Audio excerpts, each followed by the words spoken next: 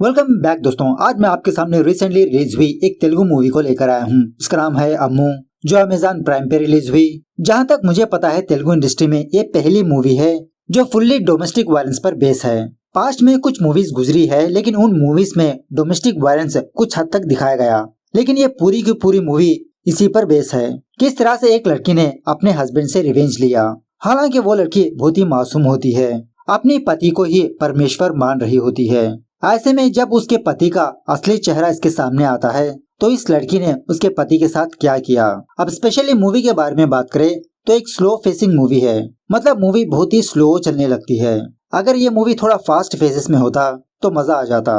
इस मूवी में 3 main characters है, तीनों ने अपना बेहतरीन परफॉर्मेंस दिया। स्पेशली ये वीडियो लड़कियां देखना जरूर, बहुत ही इंस्पिरेशन मूवी है। तो चलिए बिना टाइम वेस्ट किए लेट्स स्टार्ट। और उससे पहले लुटा दो प्यार फॉलो इंस्टाग्राम। मूवी की शुरुआत में ही अमू और रवि इन दोनों की शादी होती है। रवि एक इंस्पेक्टर होता है और इन दोनों के घर अगल बगल में ही होते हैं। शादी होने के बाद इन दोनों की जिंदगी बहुत खुशहाल गुजरने लगती है। रवि अमू पर बहुत प्यार लुटाने लगता है, उसी तरह अमू भी अपने पति की बहुत केयरिंग करती रहती है। शादी होने के बाद ये दोनों एक नए घर में शिफ्ट होते हैं। इन्हीं के घर के बगल में लिनी नाम की एक औरत भी रहती है जो अमू से दोस्ती हो जाती है। खैर एक दिन अमू रवि को सरप्राइज देने के लिए रवि के लिए बहुत ही प्यार से लंच ले जाती है। अमू की ये चीज रवि को बहुत पसंद आती है। कुछ दिनों से अमू रवि से सिलाई की मशीन मांग रही थी। घर आते वक्त रवि अमू के लिए सिलाई की मशीन लाता है, इसे गिफ्ट पर देता है ताकि अमू घर में बैठे बैठे बोरिंग ना हो, कुछ छोटे मोटे सिलाई का काम करके पैसे कमा ले। सो रवि की ये मोहब्बत देखकर अमू रवि को आई लव यू कहती है। खैर दूसरे दिन जब रवि अपने पुलिस स्टेशन आता है तो इसके पुलिस स्टेशन में एक केस आता है, मतलब एक लड़की को किसी ने बहुत मारा पीटा। इस लड़की की हालत को देखकर रवि अपने सारे टीम मेंबर से कहने लगता है कि आज के बाद से कोई भी लड़की औरत दुखी नहीं होना चाहिए। हम पब्लिक में से ही कुछ वॉलंटियर्स को सेलेक्ट करेंगे। हर रोज रात पेट्रोलिंग बढ़ा दो, जो कोई भी शक के दायरे में आता है उसे फौरन पुलिस स्टेशन ले आओ। इस तरफ जब अमू अपने घर में बैठकर कुछ सिलाई वगैरह कर रही होती है, तभी रवि अमू को कॉल करके इसके साथ रूडली बात करने लगता है कि अब तक कहाँ मर गई तुम, किसके साथ घूम रही हो, क्या तुम मेरे लिए लंच लाना भूल गई। अमू कहने लगती है अरे आपने नहीं कहा ना, इसलिए मैं नहीं लाई। रवि कहने लगता है तो मैं क्या भूखा ही मर जाऊं, हर वक्त तुमको बोलते रहना है। ये सुनने के बाद अमू फटाफट से खाना वाना बनाकर पुलिस स्टेशन जाती है रवि को खाना खिलाने के लिए। लेकिन रवि खाना नहीं खाता, उल्टा अमू से कहने लगता है कि मुझे माफ कर दो, मैंने तुमको तकलीफ दी, आज मेरे लिए खाना लाने के लिए बहुत ही थैंक यू। अमू भी कहने लगती है अरे सॉरी रवि, मुझे नहीं पता था कि आज भी आपको लंच चाहिए, प्लीज आके खा लीजिए ना। लेकिन रवि अमू पर गुस्सा होकर मना कर देता है। बेचारी अमू वहीं पर बैठी रहती है कि रवि अब या तब खाना खाने के लिए आएगा। बहुत देर होने के बावजूद भी रवि खाना खाने के लिए नहीं आता। बेचारी अमू सारा खाना लेकर अपने घर चली जाती है। रात होने के बाद जब रवि अपने घर आता है, अमू दोबारा रवि के लिए बहुत ही प्यार से खाना खिलाने लगती है। लेकिन अभी भी रवि अमू से कहने लगता है मुझे भूख नहीं, तुम ही खा लो और सो जाओ। उसके बाद जब रवि अपने बिस्तर पर सो रहा होता है, अमू रवि के साथ रोमांस करते हुए उसे मनाने की कोशिश करती है। लेकिन रवि अमू पर चीखते हुए उसे ये कहने लगता है इतनी छोल मची है तुमको, क्या ये दिन भी सेक्स के बिना नहीं रह सकती। रवि की ये बातें और बर्ताव देखने के बाद अमू का तो सर बहुत घूमने लगता है कि अचानक से रवि को क्या हो गया। सोचने लगती है कि शायद स्टेशन में कुछ प्रॉब्लम होगी। खैर दूसरे दिन 1 बजे से पहले अमू रवि के लिए लंच ले जाती है ताकि रवि अमू पर दोबारा गुस्सा ना हो। खैर उसी रात एक कांस्टेबल के घर में एक छोटी सी पार्टी वार्टी चल रही होती है। इस छोटी सी पार्टी में रवि भी अम्मू को लेकर यहाँ पर आता है और इस पार्टी में कांस्टेबल्स के वाइफ्स भी होते हैं। इसी पार्टी के दौरान देखते ही देखते रवि मुस्कुराते हुए हंसते हुए अम्मू की बहुत बेइज्जती करने लगता है कि पता नहीं मैंने कौन से जन्म में कौन सा पाप किया, मुझे ऐसी बीवी मिली जो मुझे बिल्कुल भी केयर नहीं करती। बाकी कांस्टेबल्स कहने लगते हैं अरे सर आप क्या बात कर रहे हो, हर रोज मैडम आपके लिए बहुत ही प्यार से लंच ले आती है, आपका बहुत ख्याल रखती है। रवि उन लोगों से कहने लगता है अरे यार तुम लोग क्या जानते हो, वो तो ऊपर का दिखावा है, घर के अंदर क्या चलता है क्या तुम लोगों को पता है। इस तरह से मजाक मजाक में अमू को बहुत जलील करने लगता है। थोड़ी देर बाद जब ये दोनों बाइक से अपने घर आ रहे होते हैं, बारिश स्टार्ट होती है। ये दोनों किसी जगह पर स्टॉप करते हैं। अब रवि की इन बातों से अमू रवि पर बहुत गुस्सा होती है। यही बात रवि से पूछने लगती है कि आपने उस पार्टी में मेरी बेइज्जती क्यों की। रवि कहने लगता है अरे अम्मू वो तो जोक था, तुम उन बातों को इतना सीरियस क्यों लेती हो।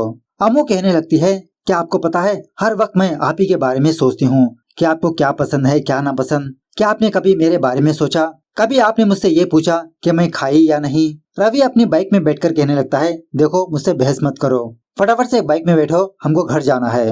अम्मू कहने लगती है, नहीं रवि, मुझे जवाब चाहिए, क्यों अचानक से आप बदल गए? अम्मू ऐसा कहना ही था, रवि अम्मू को वहीं पर छोड़ के अपने घर चला जाता है। सो बेचारी अम्मू आधी रात को बहुत ही मुश्किल से ऑटो पकड़कर अपने घर आती है। घर में आते ही रवि अम्मू से कहने लगता है, अब तो तुम्हारी अकल ठिकाने आ चुकी होगी। अम्मू भी रवि से कहने लगती है, अगर दोबारा आपने मुझे ऐसे ही छोड़ दिया तो मैं वापस घर नहीं आऊंगी। यह सुनने के बाद रवि को और गुस्सा आता है और खाने की प्लेट फौरन अम्मू पर फेंकता है। लेकिन देखते ही देखते अचानक से रवि का बर्ताव बदल जाता है। अम्मू को सॉरी कहने लगता है, मैं तुम्हारे बगैर नहीं जी सकता, अगली बार ऐसी बातें मत करो। खैर दूसरे दिन अम्मू के माँ बाप अम्मू के घर आते हैं और फिलहाल रवि अम्मू के माँ बाप ने शादी में जो खर्चा किया वो थोड़े पैसे अम्मू के माँ बाप को देता है। और थोड़ी देर बाद अम्मू अपनी माँ के गले लगकर रोने लगती है, कहने लगती है कि माँ, आपने मेरी शादी इतनी जल्दी क्यों कर दी? आप लोगों ने मेरे बारे में क्यों नहीं सोचा? आप लोग मुझे पूछते भी नहीं कि मैं खुश हूँ या नहीं। सो तभी कमरे के बाहर रहकर अम्मू की सारी बातें रवि सुन लेता है। रवि को अम्मू के ऊपर और गुस्सा आता है और थोड़ी देर बाद रवि अपनी बाइक लेकर जब अपने घर से बाहर जा रहा होता है, अम्मू रवि को रोकने की कोशिश करती है। मतलब अचानक से रवि घर से बाहर चला गया तो अम्मू के माँ बाप क्या सोचेंगे? सो रवि को रोकने के लिए अम्मू रवि की बाइक की चाबी निकाल लेती है। ये देखने के बाद रवि बिना सोचे समझे अम्मू पर हाथ उठाता है, कस के एक छापड़ लगाता है। जब अम्मू रोते हुए घर में जाने लगती है, रवि फौरन अम्मू को खोपचे में बुलाकर उसे सॉरी बोलने लगता है। दोबारा इसके साथ प्यार जताने लगता है कि सॉरी अम्मू, मुझे तुमको मानना नहीं चाहिए। और जानबूझ के रवि अम्मू को अपनी बाहों में लेकर कस के दबाने लगता है। उसके बाद बेचारी अम्मू आईने के सामने आकर अपना गाल चेक करने लगती है। सच में इसका गाल बहुत ही लाल हो चुका होता है। अब ये चीज इसके माँ बाप ना देखे, इसलिए अम्मू अपने सूजन को कम करने की कोशिश करती है। और थोड़ी देर बाद ये चारों लोग एक मंदिर आते हैं। इसी मंदिर में जब अम्मू और उसकी माँ अकेली होती है, अम्मू अपनी माँ से कहने लगती है कि माँ, उन्होंने मुझे मारा। यह सुनने के बाद अम्मू की माँ अम्मू से पूछने लगती है कि तुमने क्या कर दिया जो दामाद जी ने तुम पर हाथ उठाया? ये नहीं पूछती कि किस वजह से। सोमो यही बात अपनी माँ से पूछने लगती है कि माँ, तुम ये कैसे समझ गई कि इसमें मेरी गलती हो सकती है? अब मैं क्या करूँ, बताओ तुम। अम्मू की माँ कहने लगती है, देखो अम्मू, ये तुम्हारे साथ पहली बार नहीं हुआ, मेरे साथ भी हुआ। जब तुम्हारे फादर ने मुझको पहली बार मारा, मैंने भी ये बात अपनी माँ से शेयर की और उस वक्त मेरी माँ ने जो कहा वही बातें मैं तुमको बताऊंगी। देखो, मर्द है, कभी न कभी अपनी औरत पर हाथ उठाएगा, क्योंकि मर्द बाहर काम करता है, बाहर की काफी सारी परेशानियां होती है उसे, घर में छोटे मोटे झगड़े होते ही है, तो ऐसे में एक मर्द अपनी औरत पर ही गुस्सा उतारेगा। लेकिन मैं तुमको ऐसा नहीं बताऊंगी अम्मू। जो कोई भी मर्द अपनी औरत को मारेगा, वो औरत फटाक से अपने मर्द को छोड़ के कहीं दूर चले जाए। अब देखो तुम क्या कर सकती हो, लेकिन तुम दोनों एक बच्चा कर लो, इससे रवि का गुस्सा अपने आप शांत हो जाएगा। इस तरह से इसकी माँ अम्मू को एक छोटी सी सलाह देती है। खैर दूसरे दिन जब रवि अपने पुलिस स्टेशन जा रहा होता है, अम्मू रवि के शर्ट में बटन लगाती रहती है और ऊपर से खाना भी बना रही होती है। रवि से कहने लगती है कि आप प्लीज थोड़ा हिलाते रहिए। रवि कहने लगता है, क्या ये मेरा काम है? सो रवि फिर भी ना चाहते हुए अपने हाथ में की फाइल वहीं पर रखकर चूल्हे के ऊपर जो सब्जी है चम्मच से हिलाने लगता है। देखते ही देखते तभी उस फाइल में एक छोटी सी आग लग जाती है। अब ये गलती रवि अम्मू की समझकर एक बेल्ट लेकर अम्मू को बहुत मारने पीटने लगता है कि तुम एक ढंग का काम नहीं कर सकती। अब देखो, खामखा मेरी फाइल जला दिया, बस तुमको रोना आता है और कुछ नहीं, सारी गलती तुम्हारी है और इल्जाम मुझ पर डालती हो। सो रवि फौरन अम्मू को अपने घर से दफा होने के लिए कहता है। सो बेचारी अम्मू जख्मी हालत में अपने कपड़े पैक करके बस स्टैंड आती है। अब जहाँ पर अम्मू बैठी होती है उसी जगह पर एक भिखारी भी बैठा होता है। ये भिखारी अम्मू को देखकर इसकी सारी प्रॉब्लम समझ लेता है। सो अम्मू को समझाने लगता है कि तुम अपनी खुदी से जीना स्टार्ट करो, डर कर क्यों रहती हो। लेकिन अम्मू इस भिखारी की बातों को ना मानते हुए सारा इल्जाम अपने ऊपर लेती है। मतलब अम्मू यही समझने लगती है कि सारी की सारी गलती इसकी ही है, इसीलिए रवि इसको मार पीट रहा है। ऐसा नहीं है कि रवि अम्मू से प्यार नहीं करता, रवि अम्मू से बहुत प्यार करता है, लेकिन कभी कभार रवि ऐसा बिहेव करता है। सो ऐसा सोचकर अम्मू दोबारा अपने घर वापस चली जाती है। रात होने के बाद जब रवि वापस अपने घर आता है, रवि अम्मू को देखकर कहने लगता है, क्या तुम मुझको छोड़कर जाने वाली थी? अम्मू कहने लगती है, मैंने सोच लिया था, लेकिन मैं जा नहीं पाई। मैं आपसे बहुत प्यार करती हूँ रवि, आपके बिना मैं नहीं रह सकती। इस तरह से इन दोनों में दोबारा प्यार व्यार होता है। लेकिन दूसरे दिन से रवि का बर्ताव ऐसा ही होता है, कभी अम्मू को मारता है, कभी अम्मू से प्यार करता है। अम्मू ये बात अपने माँ बाप से भी शेयर नहीं कर सकती, ना ही अपने नेबर से, बस अंदर ही अंदर सफर होती रहती है। इसी दरमियान में अम्मू एक डॉक्टर के पास जाकर ये डिसीजन लेती है कि इसको अभी भी बच्चा नहीं चाहिए, इसको और थोड़ा टाइम चाहिए। सो अम्मू डॉक्टर से बात करके ये प्लान करती है कि अम्मू और रवि कभी कभार फिजिकल हो सकते हैं, ना ही के रोज। और इसी तरह अम्मू चोरी छुपके पिल्स खाती रहती है ताकि ये प्रेग्नेंट ना हो। इसी दरमियान में रवि एक और कांड करता है। रवि अपने घर में एक ऑडियो डिवाइस को प्लान करके अम्मू की सारी बातें सुन रहा होता है कि अम्मू फोन में किससे बात करती है, अम्मू के घर कौन कौन आता है। सो देखते ही देखते रवि का बर्ताव अम्मू को बिल्कुल भी पसंद नहीं आता और इसी तरह ना चाहते हुए भी इसके साथ कांड कर रही होती है।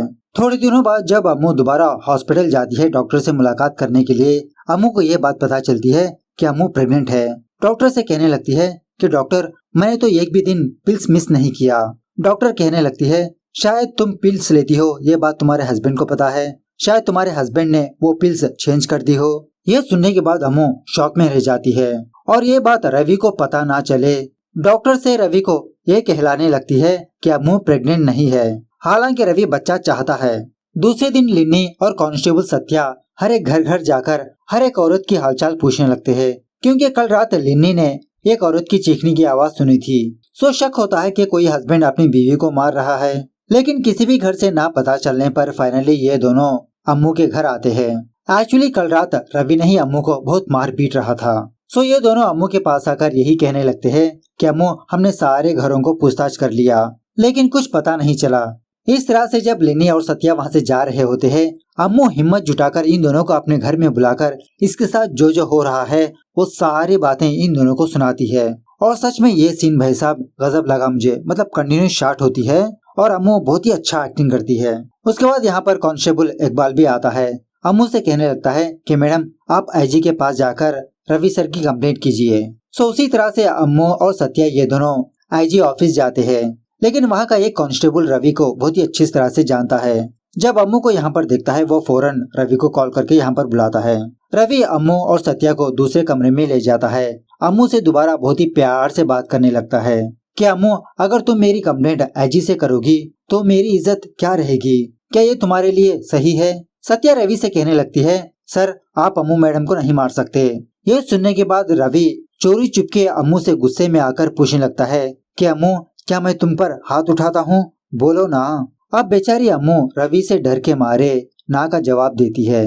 खैर घर आने के बाद अम्मू यही सोच लेती है कि ये किसी भी तरह करके रवि को सबक सिखाएगी, लेकिन एक अच्छा प्लान चाहिए इसके पास, एक सही मौका चाहिए। उसके बाद दूसरे सीन में एक बंदे का इंट्रोडक्शन होता है। इसका नाम है प्रभु, जो फिलहाल जेल में है। मतलब 2 लोगों की मर्डर केस में प्रभु जेल गया होता है।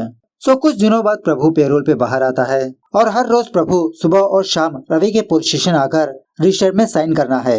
सो जब प्रभु रजिस्टर में साइन करके स्टेशन से बाहर जा रहा होता है, रवि प्रभु को बाथरूम्स वगैरह क्लीन करने के लिए कहता है।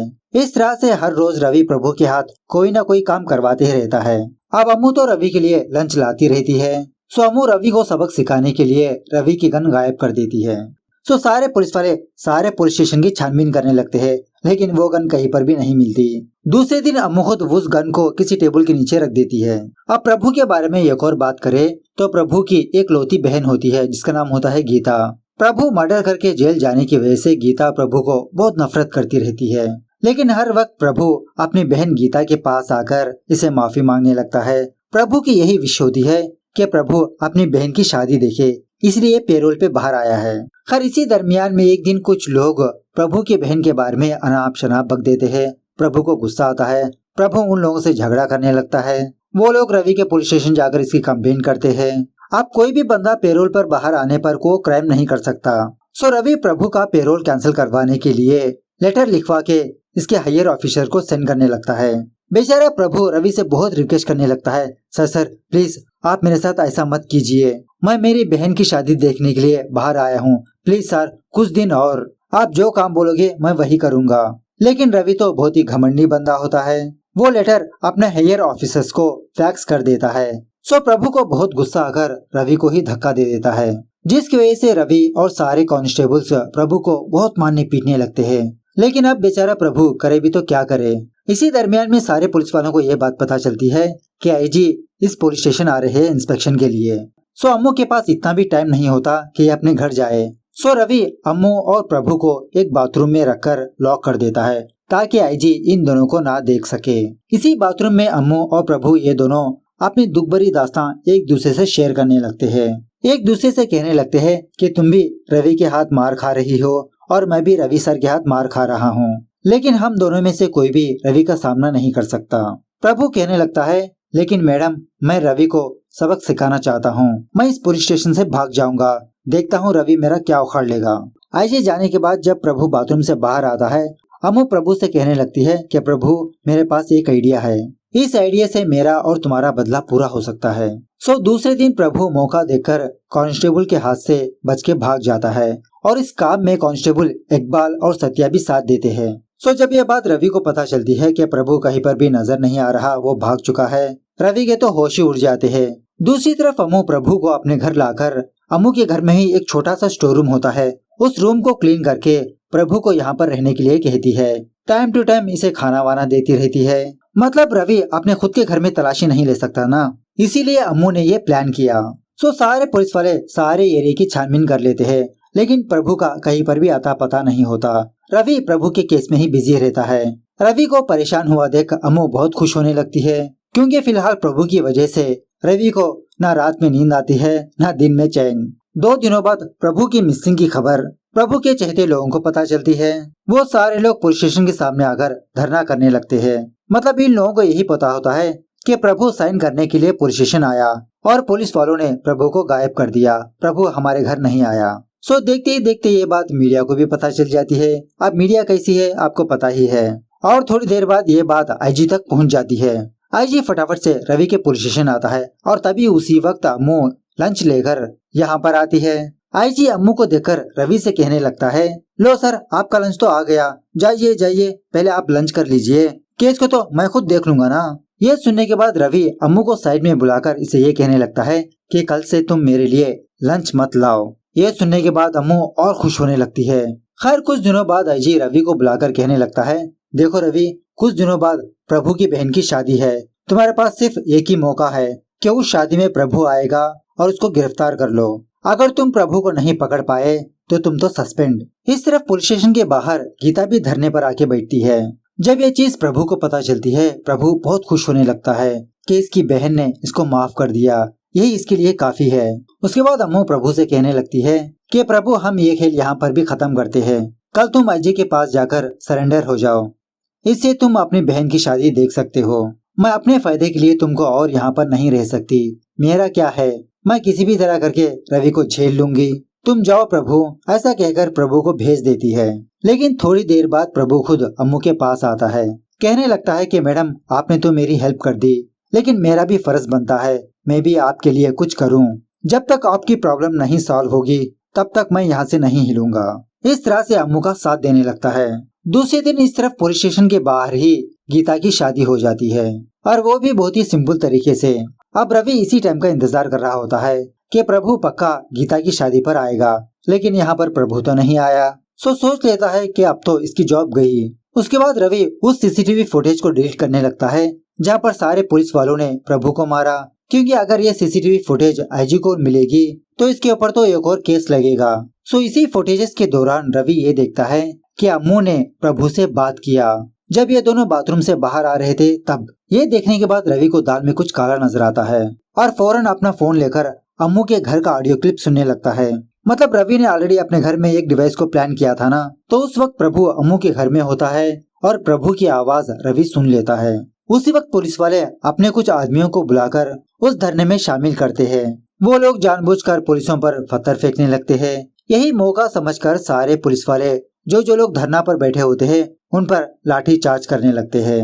इसी लड़ाई के दौरान पुलिस के जो आदमी होते हैं ना, वो लोग पुलिस स्टेशन में घुसकर सीसीटीवी कैमरा और सारे सिस्टम्स को तोड़ देते हैं। मतलब रवि का यही प्लान होता है कि पुलिस स्टेशन में ये एक्सीडेंट होने की वजह से कुछ सीसीटीवी फुटेज डिलीट हो गए।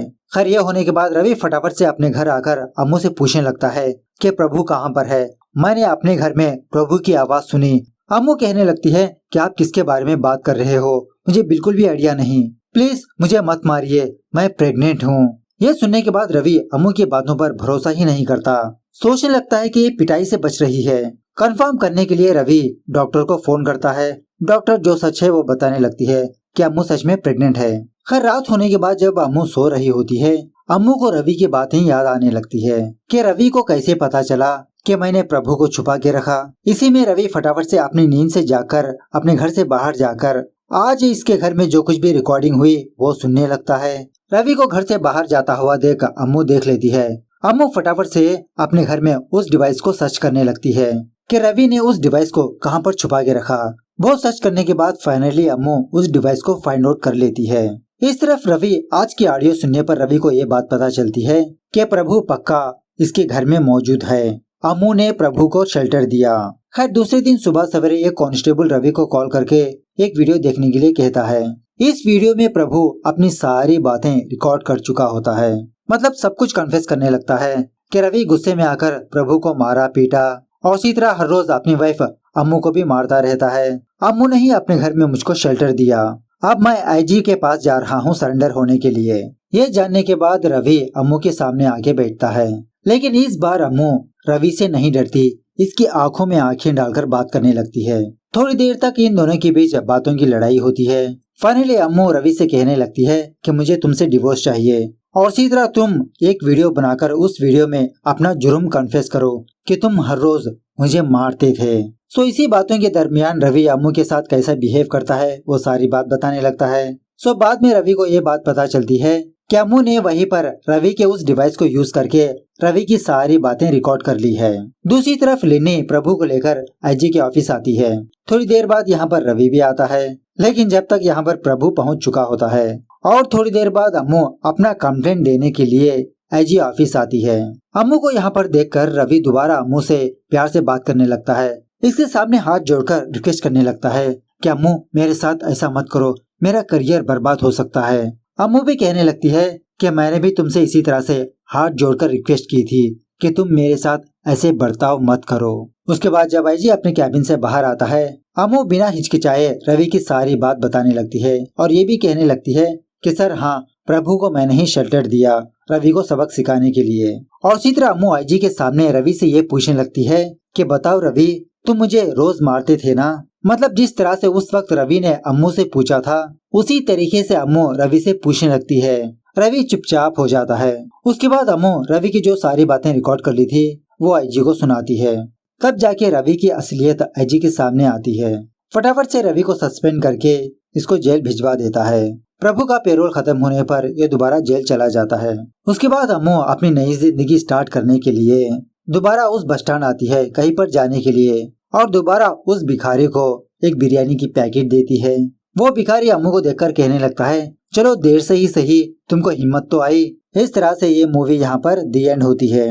मूवी का मकसद बस इतना है कि अगर औरत चाहे तो कुछ भी कर सकती है, बस उस औरत को हौसला रखना है, हिम्मत रखना है। जैसे अम्मू की तरह बहुत सारी औरतें यही सोचने लगते हैं कि अगर इन लोगों की शादी हो गई तो बस इनकी लाइफ खत्म, अब इनकी लाइफ की जिम्मेदारी इनके हस्बैंड के ऊपर है। लेकिन यही चीज डोमेस्टिक वायलेंस को बढ़ावा देती है। जब तक ऐसी औरतें सामना नहीं करेंगे तब तक ऐसे मर्दों का कुछ नहीं हो सकता। ऐसी औरतों को ये नहीं सोचना चाहिए कि कोई फरिश्ता आएगा इनको बचाएगा, नहीं, ऐसे लोगों को एक्सपोज करना होगा। खैर मूवी कैसे लगी कमेंट करके बताना जरूर। मिलते हैं अगली वीडियो में, तब तक take care, bye bye, see you soon.